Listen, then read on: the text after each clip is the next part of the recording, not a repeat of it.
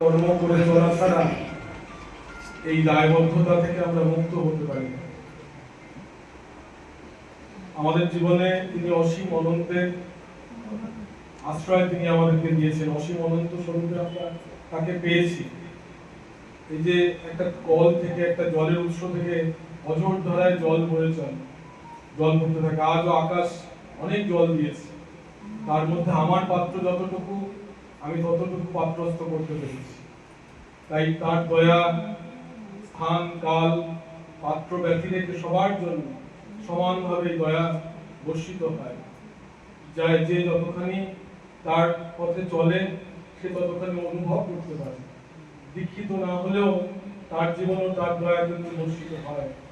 পরমদাস ঠাকুরের কাছে একবার তিনি আছেন, এরকম তার কাছে একজন বিশিষ্ট প্রফেসর মানুষ, তিনি হঠাৎ ভোর রাত্রে, প্রায় মাঝরাত্রিও বলা যায়, দৌড়াতে দৌড়াতে ঠাকুরের কাছে গিয়ে পড়েছেন।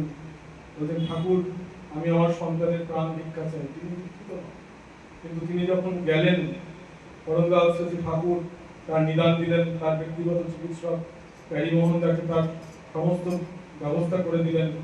আস্তে আস্তে সেই সন্তান ভালো হল। অনেক দিন ধরে তার অসুস্থতা ছিল, মরণাপন্ন সেই সন্তানের প্রাণ ভিক্ষা করতে তিনি দৌড়েছিলেন। সে ভালো হয়ে গেল। পরে শ্রী ঠাকুর বললেন, পরম পিতার দয়ায় ভালো হয়েছে। কিন্তু সেই মানুষটা, সেই অদীক্ষিত মানুষ, তিনি বললেন, ঠাকুর আপনি যাই বলেন, আমি অনুভব করতে পারি যে আপনার দয়া ছাড়া তার এই জীবন ফিরে পাওয়া সম্ভব ছিল না। তাহলে এইভাবে প্রত্যেকের জীবনে তার দয়া কিন্তু বর্ষিত হয়। শুধু আমরা যতখানি তার ধরে রাখতে পারি, ধারণ করতে পারি, ততখানি আমাদের জীবনে তার অনুভূতি হয়। এই বাড়িতে আমি এসেছি, দীক্ষার সময় এসেছি। আমার স্নেহের দিগন্ত ভাই, তার অত্যন্ত সুযোগ্য সহধর্মিনী কোয়েল মা, এরা দুজনেই আমি দেখেছি যে তারা প্রথম থেকে একদম সবসময় সুন্দর সাবলীল ভাবে তাদের সংসারটা চলেছে বা চলতে, এমন নয়। মাঝে মাঝে বিভিন্ন বাধা ব্যতিক্রমী এই সমস্ত কিছু জীবন চলনা তাদের মধ্যে এসেছে, অনেক কিছু অভাব অনটন এই সমস্ত এসেছে, কিন্তু তারা কোনো মুহূর্তের জন্য ঠাকুরকে ছেড়ে থাকে। এই জন্য আমার অত্যন্ত শ্রদ্ধেয় শিবু কাকু, আমার স্নেহের স্বামী শরণ, আমার শ্রদ্ধেয় স্বামী শরণদা, এরা সবাই এখানে আসা যাওয়া করে। এখানে পাঞ্জাধারী কর্মীদের সঙ্গে তার চলাফেরা রয়েছে বলে সেও ধন্য। কিন্তু আমি দেখেছি যে এই চলার মধ্য দিয়ে সে আস্তে আস্তে উন্নীত হয়েছে। তার জীবনে যে বাধা ব্যতিক্রম গুলো, সেগুলো আস্তে আস্তে সে অতিক্রম করে আস্তে আস্তে সে উন্নত জীবনে আস্তে আস্তে তার জীবন চলেছে। এটা কিন্তু আমরা দেখতে পাই, মানুষের জীবনের ঊর্ধ্বগতি আমরা দেখতে পাই এক কৃষ্টি চলনের মধ্য দিয়ে। তাই আমাদেরকে তাকে নিয়ে চলতেই লাগে।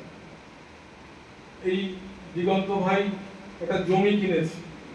আমরা সাধারণত জানি গুরুর কাছে গিয়ে এইসব আমাদের ব্যথা বেদনা দুঃখ কষ্ট সমস্যার কথাই জানাতে হয়।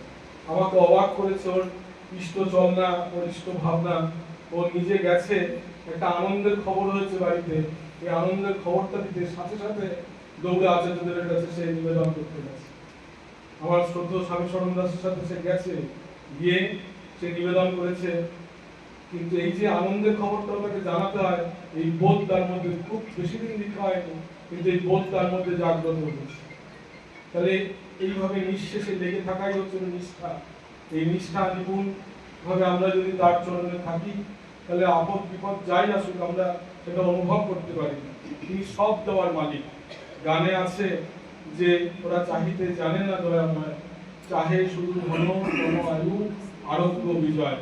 ভগবানকে দেখলেই আমরা জানি এই বোধহয় চাইতে হয়, কিন্তু তার ভালো, তার প্রতিষ্ঠা, তার সম্বর্ধনা সুখ এই চাইতে চাইতে কোন ফাঁকে আমি যে ভালো থাকি এটা আমরা নিজ হিসাবে তুলাতে পারি না। এই হিসাব মেলে না কোথাও গিয়ে। আমরা এটা দেখি, নিয়ত দেখি। কুমিল্লার মা পাল মায়ের, দুই মায়ের গল্পের কথা আপনারা বই এখন বেরিয়েছে, বই পড়েছেন, তাতে আমরা দেখেছি কুমিল্লার মায়ের সেই ঘটনা। তার দুই ছেলে, অত্যন্ত তিনি দরিদ্র ছিলেন আর কি, অত্যন্ত হতদরিদ্র মানুষ। তার জীবনের ঘটনা তিনি বলছেন, লিখেছেন নিজের